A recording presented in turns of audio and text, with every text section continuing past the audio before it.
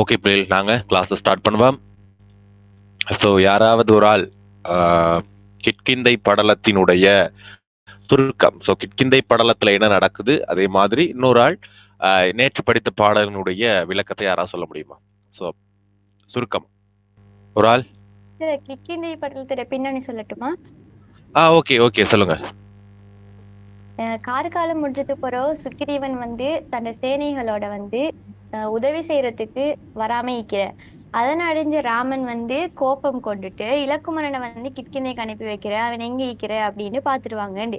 அப்ப வந்து இவன் போறத அறிஞ்ச குரங்குகள் வந்து இது அங்கதவனுக்கு தெரிவிக்கிற. அப்ப சுக்ரீவன் வந்து சுக்ரீவன் போயிட்டு அங்கதன் சொல்றா, இப்படித்தான் நீ ராமன் வந்து ஈக்கிறான்னு. ஆனா சுக்ரீவன் வந்து மதுமயக்கத்துல அந்த புறத்துல ஈக்கிறான். அப்ப அங்கதனும் அனுமானும் வந்து போயிட்டு தாரையிட்டு சென்று இலக்குமனோட வருகையை வந்து அவள்கிட்ட அறிவிக்கிறாங்க. ஆனா இலக்குமணன் வந்து வார வழியில வந்து கற்களை பயன்படுத்தி அவன் வாரத்தை நிறுத்துறதுக்கு வழி மறைக்கிறதுக்கு தாரை வந்து சொல்ற. அப்ப இராமன் வந்து பெண்களுக்கு வந்து அதிக அப்படின்னு சொன்னா மரியாதை கொடுக்கக்கூடியவன். அவன் வந்து பெண்களை வந்து தலைய வந்து நிமிந்து கூட பார்க்க மாட்டான்.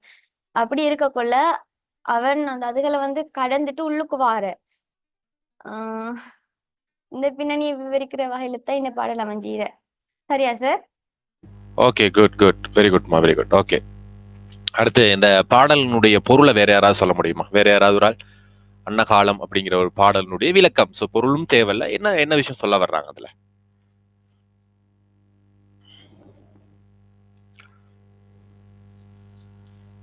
அஸ்மா சொல்லலுமா? அஸ்மா.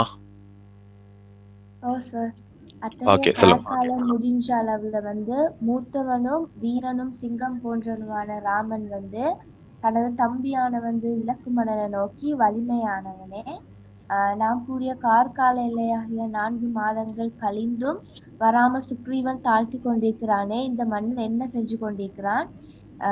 எங்கட செய் நன்றியை மறந்துன்னு கேட்கிறது. Okay, very good. ஸோ இவ்வளவுதான் இந்த பாடல். ஸோ நாங்க இரண்டாவது பாடலை பார்க்க போறோம். ஸோ இரண்டாவது பாடலை வேற யாராவது வாசிங்க. யார் வாசிக்கிறா? ரிஷி. ஓகே, சிப்லா வாசிங்க. ஓகே ஓகே, வாங்க வாசிங்க. ஒரு டவுட் உண்டு சார், கேட்கட்டுமா? சொல்லுங்க சொல்லுங்க. ராமன் வந்து இப்ப போகக்குள்ளே தாரை தானே சார் அந்த கல் மறைச்சி இதாக்குற.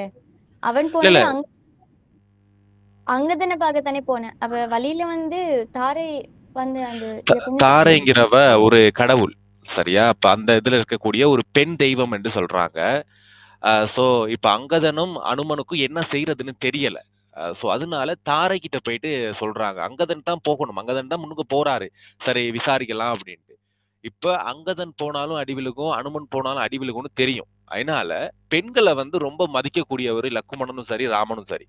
அதனால தாரைக்கிட்ட போய் சொல்றாங்க, நீங்க சரி வந்து பேசுங்க. ஏன்னா பெண்கள்ல கண்டா அவர் கொஞ்சம் வெக்கம், அதே நேரம் மரியாதையும் கூட. அதனால தாரையை போயிட்டு பேச சொல்றாங்க. அதுதான் அந்த காரணம். ஓகேவா? Thank you sir. Okay okay. இப்ப ஒரு ஆள் சொல்லுங்க பாப்போம், வேற யாரு வாசிக்கிறா இந்த பாடலை?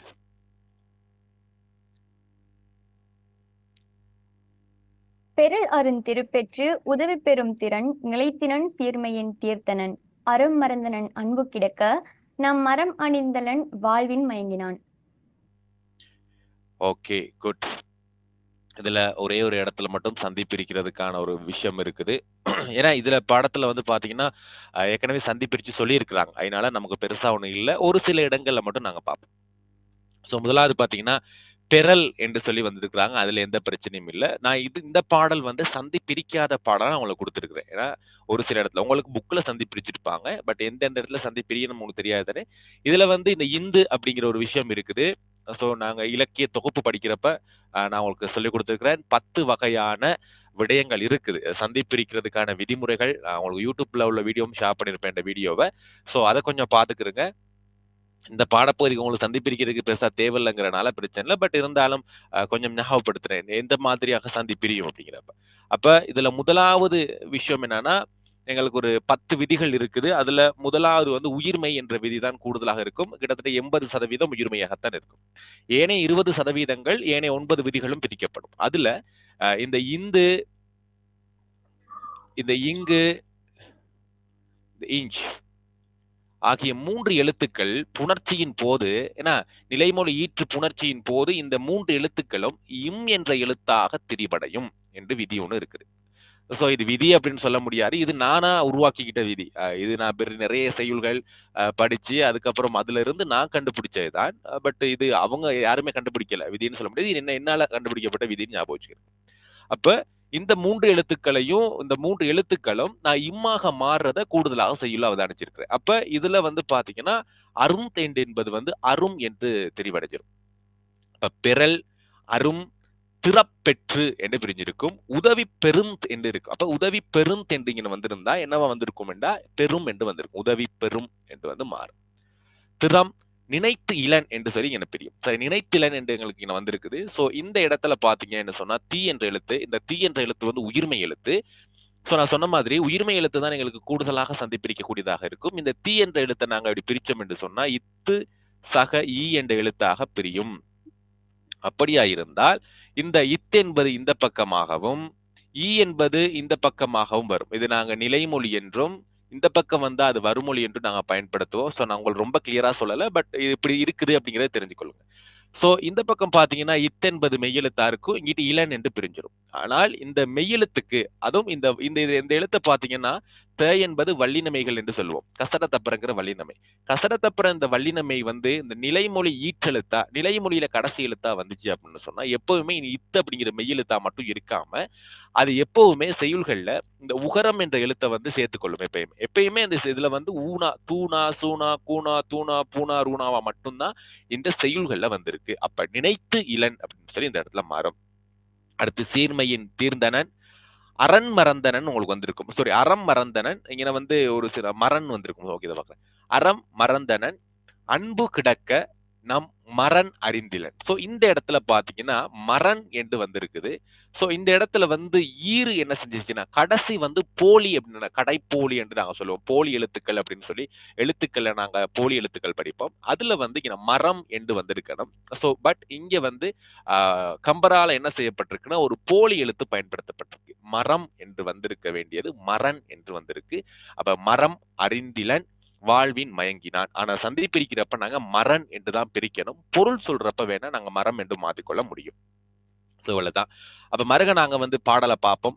பெறல் அரும் திறப்பெற்று உதவி பெறும் திறம் நினைத்திலன், சீர்மையும் தீர்ந்தனன், அறம் மறந்தனன், அன்பு கிடக்க நம் மரம் அறிந்திலன், வாழ்வின் மயங்கினான் என்று சொல்லி சொல்லப்பட்டிருக்கு. சோ இதுல சொல்லப்பட்ட விஷயம் என்னன்னா, நான் ரொம்ப ஹெல்ப் பண்ணியிருக்கிறேன் அவனுக்கு. ஏன்னா பெற்ற அந்த அரிய வகை செல்வம், அந்த திறம் என்று சொல்றது. இது என்ன பிள்ளைகள் திரு என்று சொல்றது என்னத சொல்லப்பட்டிருக்காங்க? திரு செல்வம், என்ன செல்வம்? அரசு உதவி. செல்வம். அரசு செல்வம். ஏன்னா அவங்களோட புக்லயும் அது கொடுக்கப்பட்டிருக்கு. அரும்பதங்கள்ல பாருங்க. சோ உங்களுக்கு கொடுக்கப்பட்டிருக்கு அரசு செல்வம். சோ அதை உங்களுக்கு நான் சொல்லிக் கொடுக்கணுங்கிற அவசியம் இல்ல. பட் நீங்க தெரிஞ்சுக்கலாம். ஏன்னா அதுல திரு என்பது அரச செல்வத்தையும், திறம் அல்லது திறன் என்பது இந்த இடத்துலயும் திறன் என்று வந்திருக்கணும். பட் போலி எழுத்துக்கள் அப்படின்னு சொல்லுவோம். போலியாக மாறி இருக்கு. திறம் என்பது இங்க திறன் என்றும், மரம் என்பது மரண் என்று வந்திருக்கணும். ஓகே, அதான் அங்க மாறி இருக்குது. ஆகவே திறன் அல்லது திறம் என்பது வந்து நன்றி என்று சொல்லியிருக்கிறாங்க. அப்ப நான் வந்து அவனுக்கு அரச செல்வத்தை எல்லாம் பெற்றுக் கொடுத்தேன். அவனுடைய மனைவியை மீட்டுக் கொடுத்தேன். இந்த நன்றி எல்லாம் கெட்டுட்டான். இந்த நன்றி எல்லாம் மறந்துட்டு சீர்மைனா என்ன பிள்ளைகள்? சீர்மை ஒழுக்கம், வெரி குட். ஒழுக்கம். ஏன்னா அந்த ஒழுக்கத்தை மறந்துட்டான் அவன். நான் வந்து அவ்வளோ ஹெல்ப் பண்ணியிருக்கேன் அவனுக்கு. நான் வாலி அப்படிங்கிற ஒருத்தனையும் நான் கொன்று கொடுத்திருக்கேன். அவங்க அண்ணனையே நான் கொன்று அரச செல்வத்தையும் அவனுடைய மனைவி மக்களையும் நான் மீட்டு கொடுத்திருக்கிறேன். அவ்வளோ பெரிய உதவி யாருமே செய்ய மாட்டாங்க. ஏன்னா எனக்கு பழி. ஏன்னா ராமன் என்பவன் நேருக்கு நேர் நின்று மற்றவர்களை கொன்றுதான் கேள்விப்பட்டிருக்கோம். ஆனா இந்த வாலி விஷயத்துல மட்டும் என்ன செஞ்சிருக்கிறான் என்று சொன்னா, அவன் நேரடியா அவனை கொல்லாம மறைந்து நின்று தாக்கி எனக்கு பழி உண்டாயினாலும் பரவாயில்ல, அரசு செல்வங்கள் உனக்கு கிடைக்கட்டும்னு சொல்லி நான் அவ்வளவு பெரிய ஹெல்ப் பண்ணியிருக்கேன். பட் அதை கூட மறந்து அவன் என்னஞ்சிட்டான்னு சொன்னா அவனுடைய களிப்புல இருக்கிறான். களிப்பென்றால் அவனுடைய சந்தோஷத்தை மட்டுமே பார்த்துக்கிட்டு இருக்கிறான். ஒழுக்கத்தை மறந்துட்டான். அறம் மறந்துட்டான், அது பிரச்சனை இல்ல. இப்ப என்ன சொல்றான்? அறம் மறந்தனன் அன்பு கிடக்க. அது அவன் அந்த விஷயத்த மறந்துட்டான், என்னுடைய அன்பை அவன் மறந்துட்டான், அதெல்லாம் பிரச்சனை இல்ல. ஆனா மரம் மறந்திருக்க கூடாது. நான் எப்படிப்பட்டவன்? இந்த உலகத்தை ஆட்டி படைக்கக்கூடிய திறம் படைத்தவன். அப்படிப்பட்ட என்னுடைய மரம். மரம் என்றா என்ன பிள்ளைகள்? இந்த இடத்துல என்ன சொல்லப்படுது? வீரம். வீரத்த நீ என்னத்த வேணாலும் மாறு. ஆனா நாங்க 2 பேரும் வந்தா, வாலியவே என்னால அழிக்க முடியும்னா, சுக்ரீவன கொஞ்ச நேரத்துல நான் கொன்னு போட்டுருவேன். ஆனால் அதையும் மறந்துட்டு இருக்கிறான் பாரு. நீ போய் என்ன விஷயம்னு பார்த்துட்டு வா அப்படிங்கிற மாரி தான் இந்த பாட்டு அமைஞ்சிருக்கு. சோ நாங்க இப்ப இதுக்கான பொருள பார்த்துருவோம். பெறல் அரும் திறப் பெற்று அந்த சுக்ரீவன் பெறுவதற்கு அருமையான அரும் திறம் என்று சொல்றப்ப அந்த செல்வத்தை பெற்றுக்கொள்ளவே முடியாது. அரச செல்வங்கிறது வந்து வேகமா எங்களுக்கு கிடைச்சிட மாட்டாது. ஏன்னா இப்ப இவனுக்கு அந்த கிடைத்த செல்வம் கூட மிக வேகமா அவனுக்கு கிடைச்சிச்சாண்டா இல்ல. நான் அவனுக்கு எடுத்து கொடுத்தது. அப்படி பெறுவதற்கு அரிய அருமையான அந்த அரச செல்வத்தை அடைந்து யாரால் அடைஞ்சான் அப்படின்னா நம்மால் அடைந்து என்று பொருள். முதலாவது விஷயம். பெறக்கூடிய அருமையான அல்லது எப்பயுமே பெற்றுக்கொள்ள முடியாத அந்த அரச செல்வத்தை எங்களால் அவன் என்ன செஞ்சான் பெற்றுக்கொண்டான் அப்படிங்கிறது தான் பெறல் அரும் திற பெற்று அப்படிங்கிற அடி. அடுத்து உதவி பெரும் திறன் அவனுக்கு நாம் செய்த உதவியை பெயருமையை அப்படின்னு சொல்றது. அப்ப அவன் என்ன செஞ்சிட்டான்னா நாங்க அவனுக்கு செய்த உதவியை என்ன செஞ்சிட்டான்னா அவன் மறந்துட்டான். நாம் உதவியால் பெற்ற பெரிய தகுதியை அவன் நினைவில் கொள்ளல. பெரும் திறன் என்று சொன்னா அவன் என்னாலதான் என்ன செஞ்சுக்கிட்டான் அப்படின்னு சொன்னா அந்த தகுதி அல்ல 2 விஷயம் இருக்கு. இந்த திறன் என்ற ஒரு சொல் இங்க திறன் என்ற ஒரு சொல் 2 பொருள்கள்ல வர்றதா சொல்லியிருக்கிறாங்க. ஒண்ணு நன்றி, இன்னொன்னு தகுதி. அப்ப நாம் செய்த நன்றியையும் அதனால் அடைந்த பெருமையையும் அப்படின்னு பொருள். அப்ப பெரும் திறன் அப்படிங்கிறது இந்த திறன் அப்படிங்கிற 2 பொருள்ல வருது.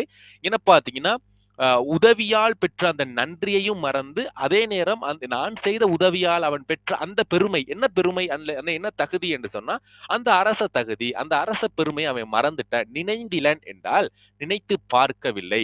இளன் என்பது வந்து ஆரம்ப காலத்துல இல்லை என்ற பொருள்ல வந்திருக்கு. இளன் என்ற சொல் இல்லை அப்படிங்கிற மாதிரி இருந்திருக்கு. அன்னைக்கு பயன்படுத்தப்பட்ட அந்த இளன் என்ற சொல் இன்னைக்கு மருவி அப்படியே இல்லை அப்படிங்கிற ஒரு சொல்லாக மாறி இருக்கு. சோ நினைந்து இல்லை, நினைத்தான் இல்லை அல்லது நினைந்தன் இளன் அப்படின்னு சொல்லி இது மாறி நம்ம பார்த்துக்கொள்ள முடியும். இப்ப மறுக பார்க்கலாம். என்னால பெற்றுக்கொள்ளப்பட்ட அந்த அரச செல்வத்தையும் மறந்துட்டான். அதே நேரம் நான் அவனுக்கு செய்த உதவி பரிகாரத்தையும் மறந்து என்னால கொடுக்கப்பட்ட அந்த தகுதியை அவன் என்ன செஞ்சிட்டான் மறந்துட்டான். சோ அதை வந்து அவன் நினைச்சு பார்க்கல. நினைத்திலன் கருதி பார்க்கவில்லை அப்படின்னு சொல்றான். அடுத்து சீர்மையின் தீர்ந்தனன். அப்ப தீர்ந்தனன் என்று சொல்லக்கூடிய அந்த அடி தவறிவிட்டான் என்றும் சீர்மை என்பது ஒழுக்கம் என்றும் அர்த்தம். அவன் தனக்குரிய ஒழுக்காற்றில் தவறிவிட்டான். ஏன்னா அவனுக்கு என்ன கடமை என்ன அறம் என்று சொன்னா நாங்க செய்த நன்றி கடனாக. ஏன்னா அவங்க ஏற்கனவே டீல் பண்ணியிருக்கிறாங்க. நான் வேணா உன்னுடைய மனைவியை மீட்டு தாரேன், நீ எனக்கு என்ன ஹெல்ப் பண்ணணும்னா இந்த காலம் முடிஞ்ச பிறகு சீதையை தேடுறதுக்கு எனக்கு ஹெல்ப் பண்ணணும் உன்னுடைய வானரங்கள் மூலமாகவும். உடனே ஜடாயு அப்படிங்கிற ஒருத்தர் இருந்தார். அதுக்கப்புறம் அவனுடைய அண்ணன் இருந்தாரு. அனுமன் அப்படிங்கிற கூடிய மிகப்பெரிய சக்தி. அங்கதன் அப்படிங்கிற ஒருத்தர் இருக்கிறாரு. சோ இவங்கெல்லாம் வச்சு எனக்கு வந்து நீ ஹெல்ப் பண்ணணும் அப்படிங்கிற மாதிரி அவர் கேட்டிருப்பாரு. ஓகே, அப்ப அறம் மறந்தனன். அடுத்து சொல்றாரு உதவி செய்தவரை மறவாத நன்றியாகிய அறத்தை மறந்து விட்டான். ஒழுக்கத்துல இருந்து தவறிட்டான். அதே மாதிரி எப்பயுமே ஒருத்தவங்களுக்கு ஒரு ஹெல்ப் கிடைச்சிச்சு. ஏன்னா ஹெல்ப் அப்படிங்கிறது வந்து ஒரு சின்ன டைம்ல அந்த டைம்ல அவன் ஹெல்ப் பண்ணால அதை நீ மறந்துருக்க கூடாதுல்ல அப்படின்னு சொல்லி கேட்கிறான். சோ நன்றியாகிய அறத்தையும் மறந்துட்டான். அன்பு கிடக்க அப்படின்னு சொல்லுவார். இந்த இடத்துல பாத்தீங்கன்னா அன்பு கிடக்க என்று சொல்றது அவனுக்கு நாம் செய்த அன்பு செயலை மறந்து இருக்கட்டும், அது பரவாயில்ல. அப்ப இந்த இடத்துல இங்கனையெல்லாம் என்றது முடிஞ்சிருக்கு பாருங்க. நல்லா யோசிச்சு பாருங்க. பெறல் அரும் திறப்பெற்று உதவி பெரும் திறன் நினைத்திலன் என்று சொல்லி என்ற விகுதியில முடிஞ்சிருக்கும்.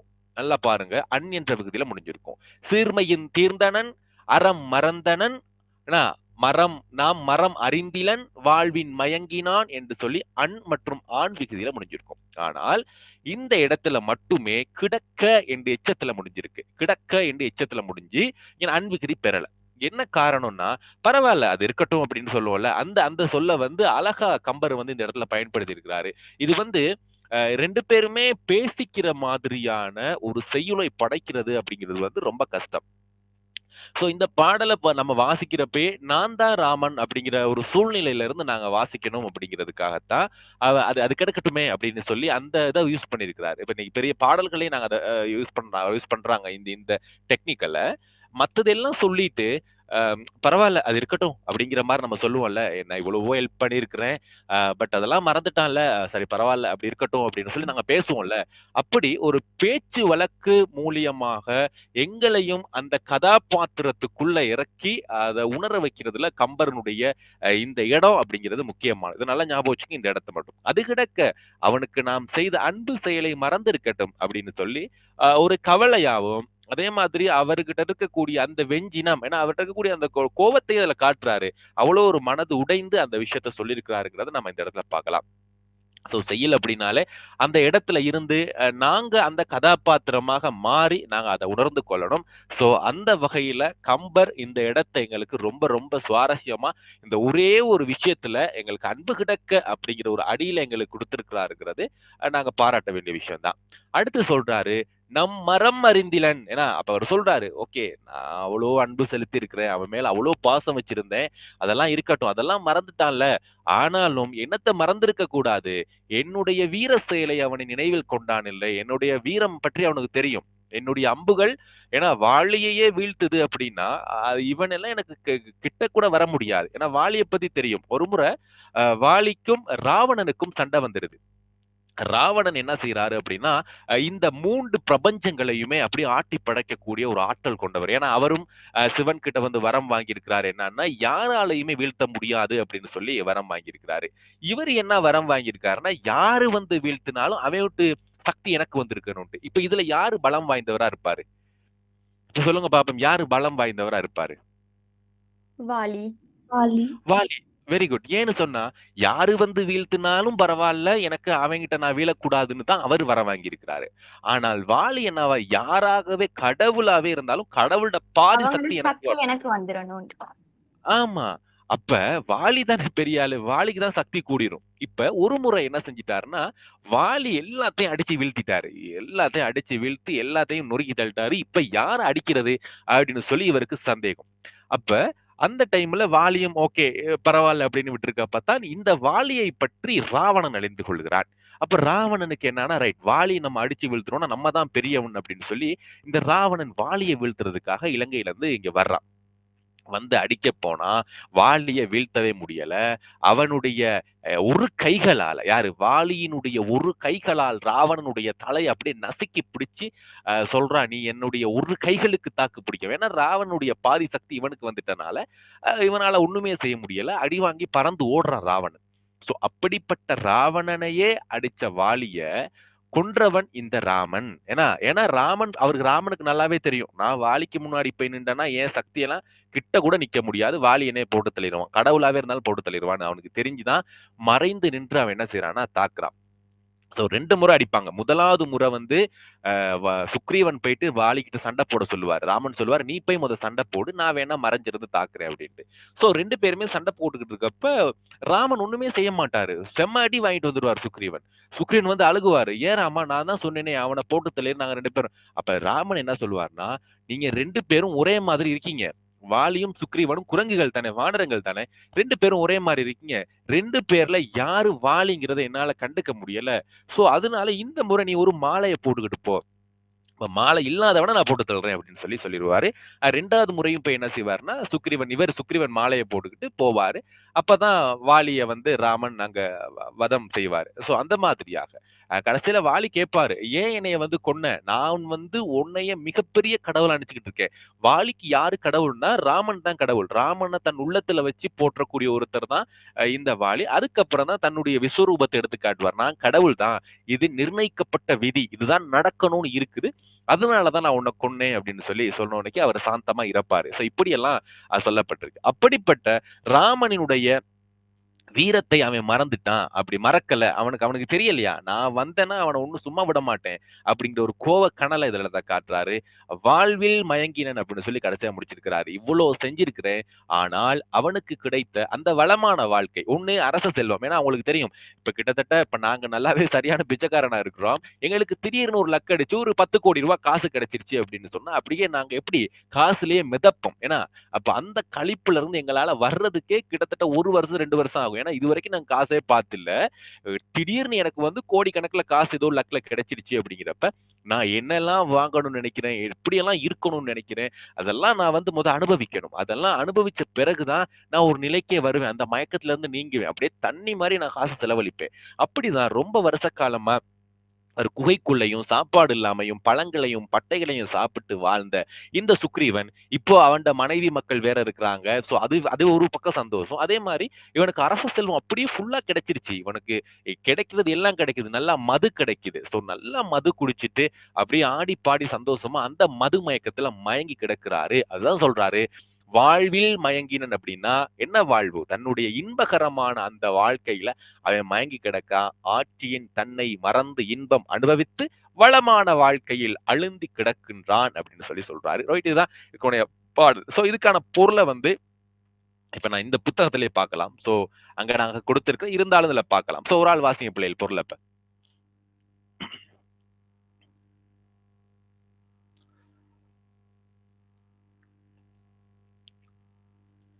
யாவராலும் எளிதில் பெறுவதற்கு அரிய அரச செல்வத்தையும் இழந்த மனைவியையும் நம் உதவியால் பெற்ற பெரிய தகுதியை நினைவிற்கொள்ளாது மறந்துவிட்டான் போலும். அவன் தனது நல்லொழுக்கமான மேன்மையிலிருந்து நீங்கிவிட்டான். அவன் நன்றியறிதல் என்ற தருமத்தை முற்றும் மறந்து போயினன். அவன் நம்முடன் செய்து கொண்ட நட்பு ஒரு புறம் இருக்கட்டும், நமது வீரத்தையும் பேராற்றலையும் அறியவில்லையே. புதிதாக திரும்ப கிடைத்த மனைவியுடன் அரசுடனும் இனிதாக சுகபோகத்தில் திளைக்கிறான் போலும். Right, good. அப்ப அப்ப இரண்டாவது பாடல் என்னத்த சொல்ல வருது அப்படின்னு பார்த்தால், ராமனுக்கு சுக்ரீவன் மீது இருக்கின்ற கோபம், அதே நேரம் நாங்க செய்த நன்றியை மறந்த தன்மையை எடுத்துரைக்கும் முகமாக இந்த பாடல் எங்களுக்கு அமைஞ்சிருக்கு. சோ கீழே நான் சில விஷயங்கள் கொடுத்திருக்கிறேன். சில குறள்கள் கொடுத்திருக்கிறேன். சோ இந்த மாதிரி எப்படி நன்றி மறந்தான்? ஏன்னா பெரும் மரும் திறம் பெற்று அப்படின்னு யாவராலும் பெறுதற்கு இயலாத அரச பதவியாகிய செல்வத்தை குறிக்கும் அப்படின்னு சொல்லி, நிரம்பினான் ஒருவன் காத்த இறை அரசு அப்படின்னு ஒரு பாடல் அந்த அடிகள் வந்திருக்கும். இதுவும் அதை குறிக்கக்கூடியது என்று ராமனே இவ்வரிசை குறிப்பிடுகின்றான். உங்களுக்கு என்ன அப்படின்னா பிள்ளைகள், உங்களுக்கு கொடுக்கப்பட்டிருக்கிற பாடல் ஒரே ஓர்டரா கொடுக்கப்படல. சரியா? முதல் 2 பாடல்களும் அன்னகாலம் பிறர் அரும்ங்கிறத ஒரு ஓர்டரும், அடுத்து வரக்கூடிய பாடல்கள் இப்ப இது நான் நினைக்கிறேன் 4217வது பாடல் இது. அடுத்த பாடல்கள் எங்க வருதுன்னா 4308வது பாடல் வரும். அப்ப உங்களுக்கு ஒரு ஓர்டரா கொடுக்கல. ஓர்டரா கொடுக்காம இடையில கொடுத்திருக்கிறாங்க பாடல். அப்ப இந்த கிட்கிந்தை படலத்துல உள்ள முழு பகுதியிலையும் இருந்து 2 பாடலா கொடுத்திருக்கிறாங்க. எங்களுக்கு இது ஒரு ஓர்டரா வராது. ஓகேவா? அதை மட்டும் விளங்கிக்கொள்ளுங்க. சோ அதனால அவன் சில விஷயங்கள் இங்கேயும் சொல்லி இருக்கிறான். இங்க பாருங்க, ராமனை வரிசையில் குறிப்பிடுகிறார். உதவி பெருந்திறன் அப்படிங்கிறது வந்து செய்யாமற் செய்த உதவிக்கு வையகமும் வானகமும் ஆற்றல் அரிது அப்படிங்கிற ஒரு குறள் மூலமாகவும், காலத்தினால் செய்த நன்றி சிறிதனும் ஞாலத்தின் மானப்பெரிது அப்படிங்கிறதும், அப்ப இந்த விஷயங்களை வந்து நாங்க எடுத்துக்கலாம். திருக்குறள்ல இருந்தும் இப்படி ஒரு விஷயத்த வந்து இந்த கம்பர் இங்க எடுத்து காட்டியிருக்கிறாரு அப்படின்னு சொல்லி நாங்க எழுதலாம். அதே மாதிரி சீர்மையும் தீர்ந்தனன் அப்படிங்கிறப்ப செய் நன்றி கொண்டாருக்கும் உய்வெண்டாம் உய்வில்லை, செய் நன்றி கொன்ற மகற்கு அப்படிங்கிற ஒரு குறள் மூலமாகவும் இந்த விடயத்தை நாங்க விளக்கக்கூடியதாக இருக்குது அப்படிங்கிற சொல்லலாம். சோ இந்த பாடல் எல்லாரும் கிளியரா பிள்ளைகள்? சோ நான் பாருங்க பொருளை சொல்லிவிடவா? ஓகே, நம்ம பொருளை சொல்றேன். யாராலையுமே எளிதாக பெற்றுவிட முடியாத இந்த அரசு செல்வத்தை நான் இவனுக்காக பெற்றுக் கொடுத்தேன். இந்த சுக்ரீவனுக்காக நான் பெற்றுக் கொடுத்தேன். அரசு செல்வம் மட்டும் இல்லாம அவனுடைய மனைவியையும் நான் என்ன செஞ்சுட்டேன்? மீட்டுக் கொடுத்தேன். இந்த உதவியை என்ன செஞ்சிட்டான் அப்படின்னா அவன் மறந்துட்டான். இந்த திறன் எல்லாமே, இந்த தகுதியை, நான் செய்த அந்த நன்றி அவன் என்ன செஞ்சிட்டான்? மறந்து விட்டான். அதே நேரம் அவன் ஒழுக்கத்திலிருந்தும் சீர்மையும் தீர்ந்துட்டான். ஒழுக்கத்திலிருந்தும் தவறி இன்னைக்கு எல்லாத்தையும் மறந்துட்டான். அறம் மறந்தனன். ஏன்னா அறம் மறந்துட்டான். அதே மாதிரி என்னுடைய அன்பு கிடக்க, என்னுடைய அன்பு அவன் போயிட்டு போகுது. என்னுடைய அன்பையும் மறந்துட்டான். ஆனா என்னத்தை மறந்திருக்க கூடாது? என்னுடைய வீரத்தை அவன் மறந்திருக்க கூடாது. அதே நேரம் இணைஞ்சிருக்கான், அவனுடைய நல்வாழ்வில் அவன் மயங்கி கிடக்கிறான் அப்படின்னு சொல்லி இந்த பாடல் முடிஞ்சிருக்கும். சோ கிளியரா பிள்ளைகள் இந்த பாடல்? ஓ சார். Okay, good. இப்ப நாங்க அடுத்த பாடலுக்கு போகலாம். இன்னும் விளக்கப்படுத்தலாம், பட் உங்களுக்கு வேகமா முடிக்கிறனால நான் ஒரு பாடல் 1/2 an hourல முடிக்கிறேன். சோ அடுத்த பாடலுக்கு போகலாம். ஓகே. சோ இதுல நான் சொல்ல ட்விட்டர்ல குடுத்திருக்கேன். ஈற்றுப்போலின்னு சொல்லி குடுத்திருக்கிறேன். இந்த மரண் அப்படிங்கிற ஒரு இத மட்டும் ஈற்றுப்போலின்னு குடுத்திருக்கிறேன்.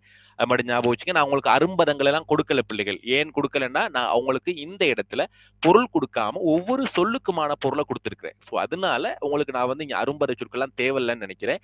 அப்படி அரும்பத சொற்கள் மறந்துருச்சுன்னா, உங்களோட புக்லயே இருக்குது. சோ அது நாங்க சும்மா டைப் பண்ணிக்கிட்டு இருக்க வேண்டிய அவசியப்பாடு இல்லன்னு தான், நான் இப்படி குடுத்துட்டு சில விஷயங்கள் நான் குடுத்திருக்கிறேன். ஓகேவா? ரைட். இப்ப நீங்க 3வது பாடல ஒரு ஆள் வாசிங்க.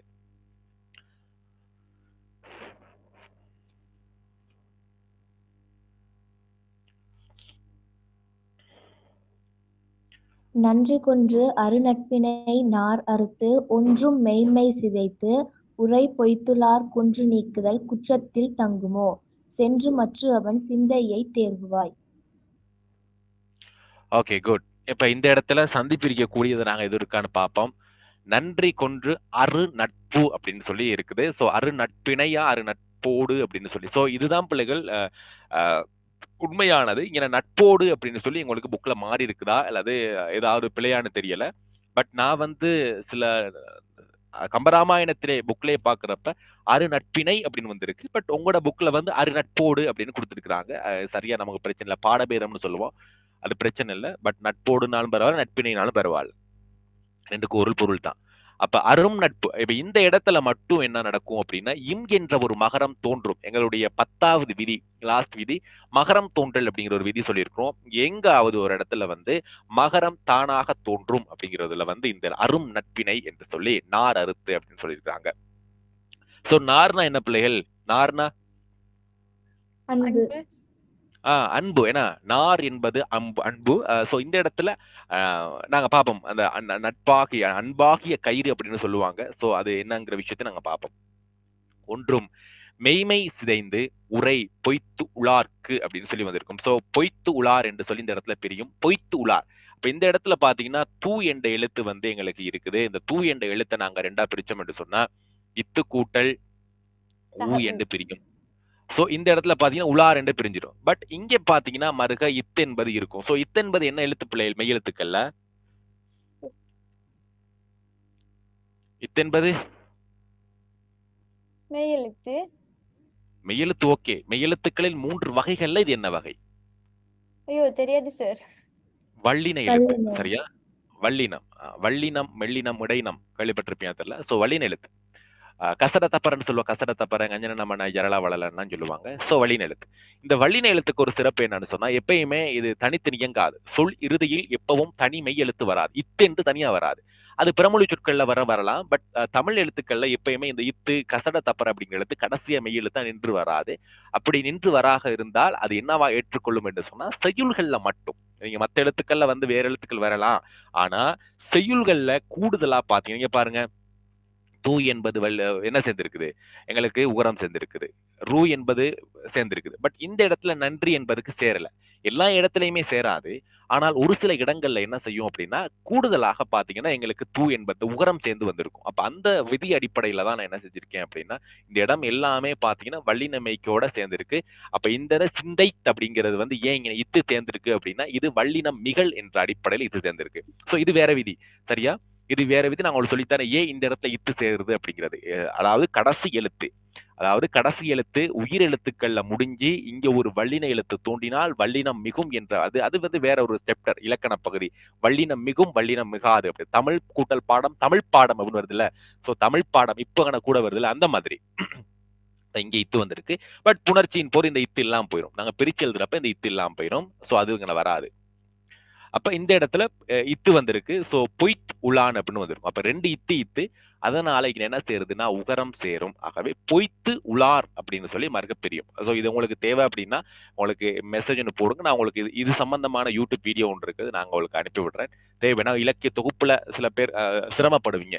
எனக்கு இந்த சந்தி பிரிக்கிறதுக்கு அங்க நீங்க பார்த்துக்கொள்ளலாம்.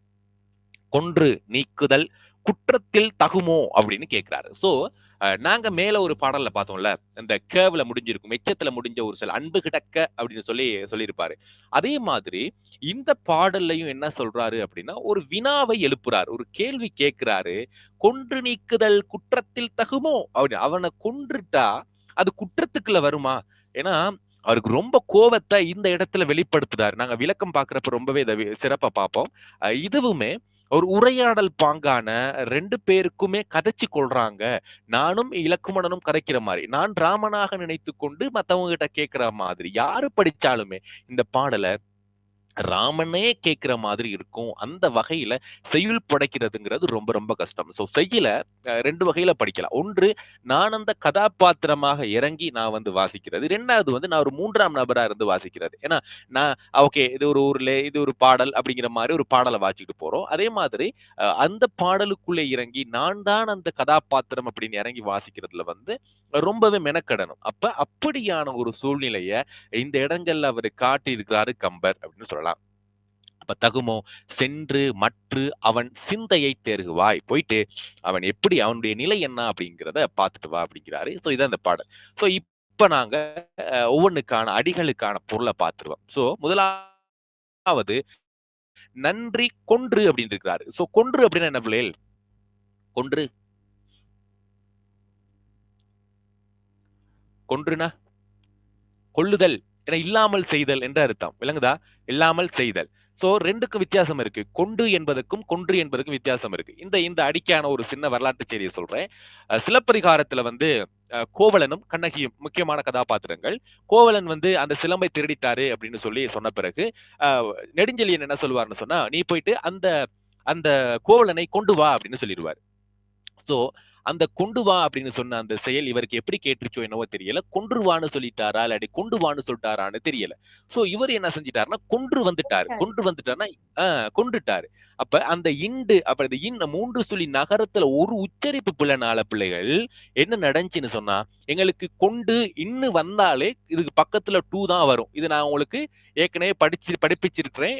யூடியூப்லயே நிறைய படிப்பிச்சிருக்கிறேன். இந்த இன்னு வந்தா இந்த இட்டு வரும். இந்த இன்னு வந்தா பக்கத்துல இந்த இட்டு தான் வரும். எப்பயுமே இந்த டகரம் இந்த நகரத்தோட சேர்ந்து வராது. இந்த ரகரம் இந்த நகரத்தோட சேர்ந்து வராது. அப்ப அந்த சந்தர்ப்பத்துல இந்த இன்னு பயன்படுத்திட்டோம்னாலே பக்கத்துல டூங்கிற சவுண்ட் வந்துரும். அது ஒட்டோவா வந்துரும். கொண்டு அப்படின்னு சொல்லி வந்துரும். இந்த இன்னு பயன்படுத்திட்டா. அப்ப நீங்க எழுதுறீங்க இன்று இன்னுதான் எழுதுறீங்கன்னா, நீங்க இந்த ரகரம் தான் போடணும். அப்ப கொன்றுன்னு சொன்னதுதான் அங்க அவருக்கு பிரச்சனையா போயிடுச்சு. அப்ப இந்த மாதிரி இங்க என்ன செஞ்சுட்டு வந்தாருன்னா, நன்றி கொண்டு அப்படின்னு சொல்றாரு. நன்றி கொண்டுன்னா நன்றியை இல்லாமல் செய்து மறந்துட்டான், கொன்னுட்டான் அப்படின்னு சொல்லி சொல்றாரு. சிதைத்தல் அப்படிங்கிற பொருள வந்திருக்கு. இருந்தாலுமே நன்றியை கொன்று விட்டான், இல்லாது செய்து விட்டான் அப்படின்னு நாங்க பார்க்கலாம். இவன் தனக்கு செய்த நன்றியை சிதைத்து விட்டான். நன்றி கொண்டு அரு நட்பினை நாரறுத்து அப்படின்னு சொல்றாரு. அருநட்பு அப்படின்னாலே நல்லா ஞாபகம் வச்சுக்கிருங்க. அருமையான பெறுதற்கு அரிய நட்பு. ஏன்னா நான் உங்களுக்கு ஒரு கம்பராமாயணம் சொல்றப்ப உங்களுக்கு ஒரு விஷயம் சொல்லியிருப்பேன். என்னன்னா 5 நண்பர்கள் 5 சகோதரர்களா அவர் ஏற்றுக்கொண்டார். அவர் யாரை 5வது சகோதரனாக ஏற்றுக்கொண்டார்? ஞாபகம் இருக்கா பிள்ளைகள்? குஹன்.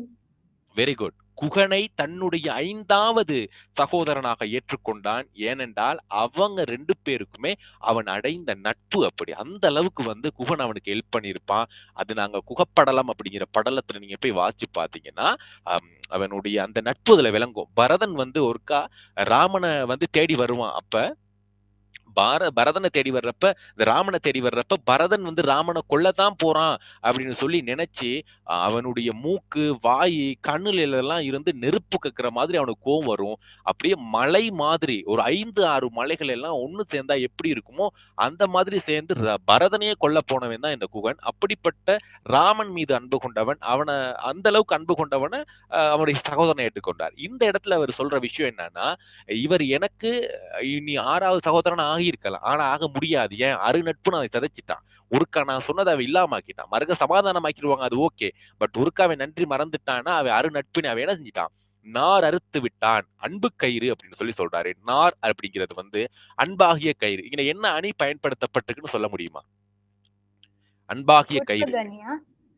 உருவக அணி. ஏன்னா நான் இன்னைக்கு வந்து நேத்து போட்டிருந்த பிள்ளைகள் உங்களுக்கு அணி இலக்கணம் சம்பந்தமா நடந்த கிளாஸோட வீடியோ போட்டிருக்கிறேன். அது ஏன் போட்டேன்னா உங்களால அங்க கிளாஸ்ல ஹெட் ஆகியிருக்க முடியாது சில பிள்ளைகளுக்கு. அதனால அணி இலக்கணம் ரொம்ப ரொம்ப முக்கியம் அப்படிங்கிறனால தான் நான் அந்த வீடியோவை மட்டும் ரெக்கார்ட் பண்ணி பிள்ளைகளுக்கு போட்டு விட்டேன். கொஞ்சம் பாருங்க. ஃபுல்லாவே பாருங்க. அணி இலக்கணம் ஃபுல்லாவே நாங்க சினிமா பாடல்களை வச்சு படிப்பிச்சிருக்கிறேன். உங்களுக்கு ரொம்ப ரொம்ப ஈஸியா இருக்கும் இந்த உருவக அணியெல்லாம் பாக்குறதுக்கு. அப்ப அன்பாகிய கயிறு அப்படின்னு சொல்லியிருப்பாரு உருபகணி. அப்ப பெறுவதற்கு அரிய அன்பாகிய அந்த கயிறு அவர் பிச்சு எரிஞ்சிட்டாரு, உடைச்சு தள்ளிட்டாரு அப்படின்னு சொல்லி இங்க சொல்றாங்க.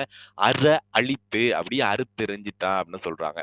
அடுத்து ஒன்றும் மெய்மை, எல்லோருக்கும் ஏற்றதாக மெய்மை என்று சொல்றது வந்து வாய்மை என்று சொல்றாங்க. அவன் கொடுத்த வாக்கு. ஏன்னா நான் ஒருக்கா சொல்லிட்டேன், நான் வந்து செஞ்சு தரேன்னு சொல்லிட்டேன், பட் இப்ப என்னால அதை மறந்துட்டேன் அப்படின்னா அது வாய்மை இழந்துட்டேன்னு சொல்றாங்க. அப்ப ஒன்றும் மெய்மை என்ன, எல்லோருக்கும் ஏற்றதாக பொருந்தி நிற்கும் வாய்மை. எல்லோருக்கும் பொருந்தணும். நான் ஒரு வார்த்தை சொல்லிட்டேன்னா அவனுக்காக நான் கடைசி மட்டும் அப்படியே இருக்கணும். அதை எப்பயுமே நான் மாத்திரக்கூடாது. அப்போ ஒன்றும் மெய்மைன்னா எல்லாத்துக்கும் பொருந்தது. நான் மட்டும் இல்ல, நீனுமே அதை செஞ்சிருக்கணும். பட் அதை மறந்துட்ட அப்படிங்கிற விஷயம் தான் அந்த ஒன்றும் மெய்மை, ஏற்றதாக பொருந்தி நிற்கும் வாய்மை அப்படின்னு சொல்லப்படுது. சிதைத்து, அந்த வாய்மை என்ன செஞ்சிட்டேன்னா குலைத்து விட்டு அப்படின்னு சொல்ல. குலைத்தல் என்றால் சிதைச்சிட்ட, அதை அப்படியே கலைச்சு விட்டுட்ட. குலைத்தல் அப்படிங்கிறது உங்களுக்கு கொஞ்சம் தெரியும்னா அப்படியே அந்த நாங்க ஏற்கனவே பார்த்திருக்கோம் மொழிதெயர் அப்படிங்கிறப்ப குலைத்தல் அப்படிங்கிற ஒரு விஷயம் பார்த்திருக்கோம். அதுல வந்து குலைக்கிறதுங்கிறது அப்படி எல்லாத்தையுமே இல்லாம பண்ணிட்ட, அப்படியே கலைச்சு விட்டுட்ட, அது எனக்கு ரொம்ப மனசு உடைஞ்சிருச்சுப்பா அப்படின்னு சொல்லி இந்த இடத்துல அவர் சொல்லுவார். ஒன்றும் மெய்மை சிதைத்து. அப்ப நீங்க எல்லாருமே ஒன்னா இருக்கக்கூடிய அந்த வாய்மை எல்லாத்தையுமே நீ என்ன செஞ்சிட்ட, குலைச்சிட்ட அப்படின்னு சொல்றாரு. உரை பொய்த்துலன், வாக்கு தவறினை, வாய்மையும் தவறிட்ட, நீ எனக்கு கொடுத்த வாக்கை இல்லாமாக்கிட்ட. ஓகே, நீ சொன்ன அந்த வாக்கையும் தவறிட்ட. உரை என்றால் வாக்கு, ஏன்னா அந்த சொற்கள். உரை பொய்த்து உலான், உலான் என்றால் செய்திருக்கிறான், உலான் என்றால் அப்ப இவர் யார்கிட்ட சொல்றாருன்னா லக்ஷ்மண்கிட்ட சொல்லிக்கிட்டு இருக்கிறாரு. பொய்த்து உரை பொய்த்து உலான் என்று அவன் பாரு ஏற்கனவே எனக்கு வாக்கு கொடுத்தான், பட் அதையும் மறந்துட்டான், அவன் சொன்ன வார்த்தையும் அவன் மறந்துட்டான் அப்படின்னு சொல்லி அவர்கிட்ட சொல்லிக்கிறார். வாக்கு தவறியவனை அப்படின்னு சொல்லி என்ன சொல்லுவாரு. சோ இதெல்லாமே அவனோட அந்த பொருந்தி எங்களையும் அந்த கதாபாத்திரத்துக்குள்ள பொருந்த வைக்குதுன்னு பாத்துக்கிறங்க. வாக்கு தவறியவனை கொன்று நீக்குதல், கொன்று ஒழிப்பது.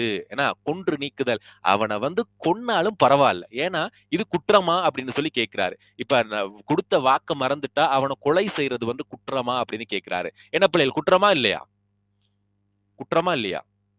குற்றம்.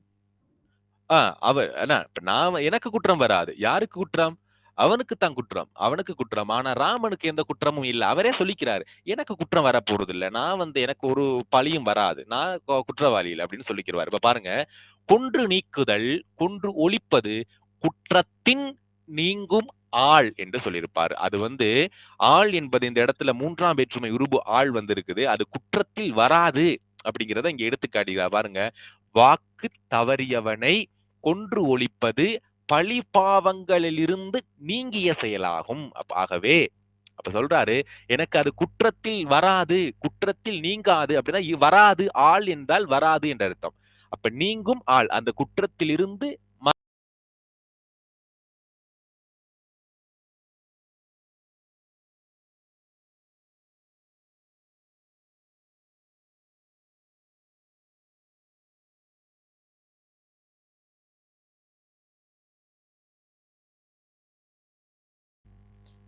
ஒருத்தர் வரல போலனா. ஓகே, அப்ப இங்க சொல்லி இருக்கிறாரு. அப்ப குன்று நீக்குதல் குற்றத்துல வராது, பழிப்பாவங்கள் நீங்கிரும் அப்படின்னு சொல்றாரு. சென்று அவன் சிந்தையை, ஏன்னா அவன் சிந்தைன்னு சொன்ன என்ன பிள்ளைகள், சிந்தைனா மனநிலையா? மனநிலை. ஏன்னா அவன் எப்படியான மனநிலையில இருக்கா, உண்மைக்குமே அவன் எனக்கு வந்து ஹெல்ப் பண்ணணுங்கிறத மறந்துட்டானா, இல்லாட்டி ஒருவேளை அவன் வந்து எப்படி இருக்கிறான், அவன் நிலை எப்படி இருக்குதுங்கிறத போய் பாரு அப்படி போய் கேட்கிறார். நீ அங்கே சென்று அச்சுக்ரீவனது மனநிலையை தேர்குவாய் என்றால் ஆராய்ந்து அறிந்து வருவாய் என்ற அர்த்தம். தேர்குவாய் என்பது ஆராய்ந்து அறிந்து வருவாய் என்று சொல்றாங்க. அப்ப வருக நாங்க பார்க்கலாம். இந்த சொல்லுங்க பிள்ளைகள், கேட்டீங்களா இது முள்ளி? ஓகே ஓகே சரி. ஓகே, அப்ப இதுக்கான பொருளை ஒரு ஆள் வாசிங்க பாப்போம். சோ நான் பொருளை காட்டுறேன். ஓகே, ஒரு ஆள் வாசிங்க பாப்போம்.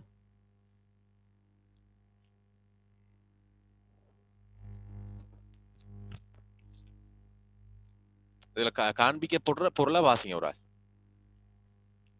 நாம் செய்த உறவியை மறந்தான், நாம் நீட்டிய பெருதற்கரிய நட்பரத்தையும் அறுத்துவிட்டு எல்லோருக்கும் பொருந்துவதான வாய்மையையும் குலைத்து விட்டான். தான் சொன்ன சொல்லை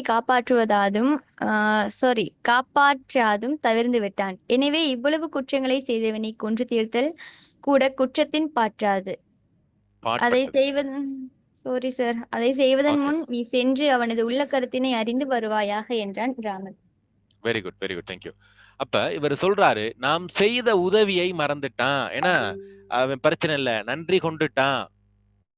நாம் நீட்டிய பெறுதற்கு அரிய நாம் நீட்டிய பெறுதற்கு அரிய நட்புக்கரத்தையும் மறுத்துவிட்டு எல்லோருக்கும் பொருந்துவதான வாய்மையையும் குலைத்து விட்டான் அப்படின்னு சொல்றாரு. சோ தான் சொன்ன சொல்லை காப்பாற்றாததும் தவிர்ந்து விட்டான். எனவே இவ்வளவு குற்றங்களை செய்தவனை கொன்று தீர்த்தல் கூட குற்றத்தின் பாட்பட்டது.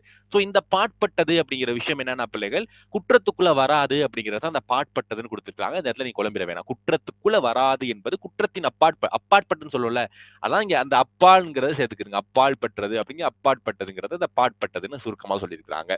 அதை செய்தவன் முன் நீ நின்று சென்று அவனது உள்ள கருத்தினை அருந்து வருவாயாக என்றான் ராமன். சோ உங்களுக்கு நினைக்கிறேன் இந்த பாடல் ரொம்ப கிளியரா பிள்ளைகள். சோ கிளியரா எல்லாருக்குமே ஆன்சர் பண்ணுங்க பாப்போம். கிளியர் அப்படிங்கிறவங்க ஆன்சர் பண்ணுங்க. Okay, Asma okay. Okay, good. Okay.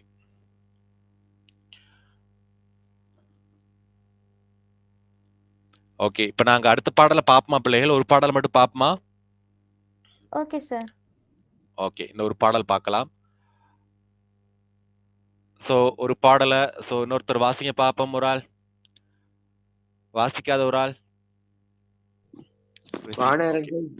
வானரங்கள் வெறுவி மலை ஓரி கான் ஒருங்கு படர அக்கார்வரை மீன் நெருங்கிய வானகம் மீனெலாம் போன பின் பொலிவற்றது போன்றதே. Very good, thank you.